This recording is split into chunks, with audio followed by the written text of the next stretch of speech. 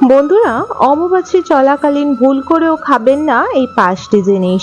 এর ফলে গৃহের মধ্যে অশান্তি, দুর্ভাগ্যর সাথে সাথে আপনার জীবনে রোগ জ্বালা এছাড়া দারিদ্রতা, দুঃখ কষ্ট লেগেই থাকবে। বলা হয় অমাবস্যা চলাকালীন এই কাজগুলি ভুলেও করলে নানা রকমের বিপদের সম্মুখীন হতে হয় প্রতিটি ব্যক্তির। তাই এই দিনগুলি, এই 3টি দিন সনাতন ঘরের প্রতিটি সদস্যই নানা রকমভাবে মেনে থাকে। এই দিন পৃথিবী মাকে বলা হয় ওনার ঋতুমতী হওয়ার কারণে মাটিতে নানা রকমের কার্যকলাপ করাও কিন্তু মানা থাকে। যেমন ধরুন শাকসবজি তুলে আহার করা, এছাড়া কৃষিকাজ এবং মাটি খোঁড়া, এই ধরনের কাজকর্ম একদমই নিষিদ্ধ থাকে। বলা হয় কাপড় কাচাও এই সময় কিন্তু স্বাস্থ্যমতে এবং ব্যক্তিগতভাবে মানা থাকে, কারণ বিশেষ করে ধরতী মাতার উপরেই কিন্তু কাপড় কাচা হয়।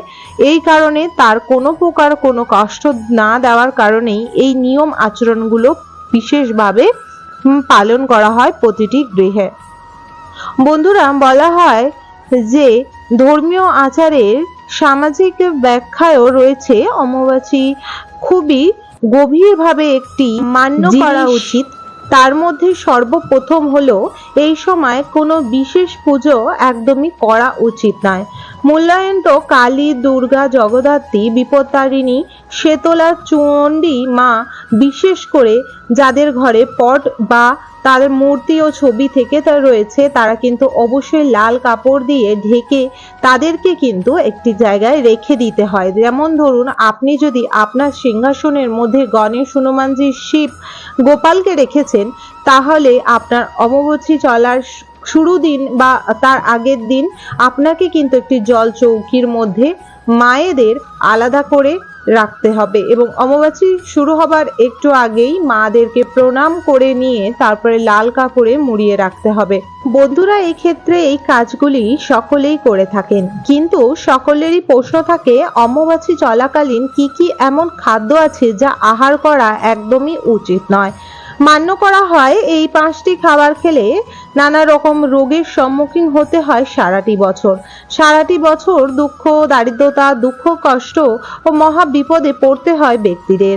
তাই এই 3টি দিন এই কটি জিনিস খাবার তালিকা থেকে প্রতিটি ঘরের মানুষদের বাদ দেওয়া উচিত। বন্ধুরা, বিশেষ করে খাওয়ার তালিকার মধ্যে অমাবস্যাতে কিছু এমন জিনিস মানা থাকে না, কিন্তু টুকিটাকি কিছু জিনিস মানা থাকে। কিন্তু যারা খাবার বা আহারের সময় কিছু নিয়ম কানুন মেনে তারা আহার গ্রহণ করে, তারা কিন্তু অমাবস্যা চলাকালীন নিরামিষ আহার করে থাকেন। এছাড়া বিধবা মহিলারা, তার সাথে সাধু সন্ন্যাসীরা ও বিশেষ করে যারা ভৈরব রয়েছে বা নানা প্রকার ভাবে তারা কোনো তন্ত্রক্রিয়ার মধ্যে জড়িত, তারা কিন্তু এই সময় কোনো প্রকার আগুনে তৈরি করা রান্না একদমই স্বীকার করেন না, তারা খান না। তারা সর্বদাই ঠান্ডা খাবার খেয়ে থাকেন এবং বিশেষ করে তারা ফল ও মিষ্টি আহার করে থাকেন, কারণ যে কোনো রান্না জিনিস 3 দিন কিন্তু না গরম করে খাওয়াটি উচিত হবে না। এর মধ্যে ব্যাকটেরিয়ার কারণে শরীরও খারাপ হতে পারে এবং আগুনে ঠাকিয়ে তারা কোনো প্রকার জিনিস খেতে পারবে না বলেই ফলমূল খাওয়ার নিয়ম রয়েছে। তাই তারা ফল ও মিষ্টান্ন আহার করে থাকে। অমাবস্যা চলাকালীন বিশেষ করে আপনাকে কিছু আরো নিয়ম ফলো করতে হবে, যেমন নখ না কাটা, চুল না বিশেষ করে শ্যাম্পু করা। বন্ধুরা, খাবার তালিকায় সর্বপ্রথম আসে তেঁতুল। বলা হয় অমাবস্যা চলাকালীন তেঁতুল ও আচার খাওয়া যায় না, কারণ বিশেষ করে মহিলাদের যখন মাসিক ধর্মের বিশেষ দিনগুলি আসে তখন কিন্তু বলা হয় তেঁতুল, পান্তা, এছাড়া শাক এগুলি খেতে নয়। এর ফলে নানা রকম রোগ ব্যাধি দেখা দিতে পারে এবং শরীরের মধ্যে নানা রকম সমস্যা হতে পারে। তাই অমাবস্যা চলাকালীনও কিন্তু তেমন কিছু জিনিস মান্য করা রয়েছে। সেটি বিশেষ করে রয়েছে করলা, এছাড়া রয়েছে আচার ও তেঁতুল। উচ্ছেও কিন্তু অমাবস্যা চলাকালীন উচ্ছে ও নিমপাতা খেতে নেই।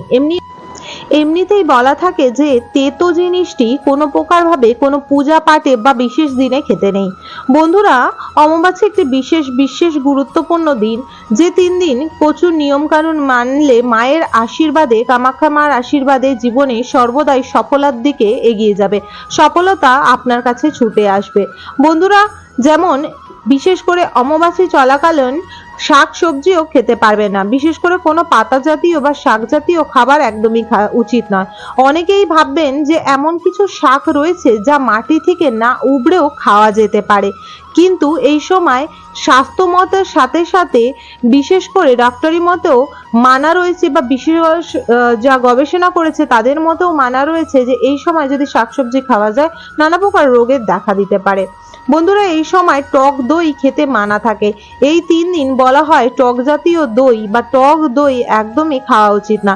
এর ফলে আপনারা মিষ্টি দইও কিন্তু খেতে পারেন, কিন্তু টক দইটি মানা থাকে। তারপরে মানা থাকে বিশেষ জাতীয় নেশা জাতীয় দ্রব্য। বন্ধুরা, বিশেষ কোনো পুজো পাঠ এছাড়া কোনো তিথি চলাকালীন কোনো প্রকার নেশা জাতীয় দ্রব্য কিন্তু খাওয়া উচিত না। বিশেষ করে কোনো সময় নেশা জাতীয় দ্রব্য খাওয়া উচিত নয়, কিন্তু অনেকেই আছে চলতি দিনের সাথে সাথে এগিয়ে যাওয়ার ছলে নানা রকম জিনিস কিন্তু খাওয়ার তালিকার মধ্যে যোগ করে ফেলে।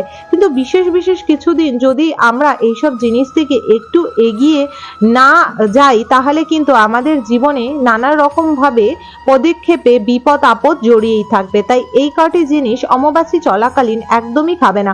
অম্বুবাচী চলাকালীন বন্ধুরা অবশ্যই একটি গুরুত্বপূর্ণ আহার করা উচিত, বাড়ির প্রত্যেকটি মেম্বারকেও এই আহারটি করানো উচিত, যা হলো দুধ ও আম।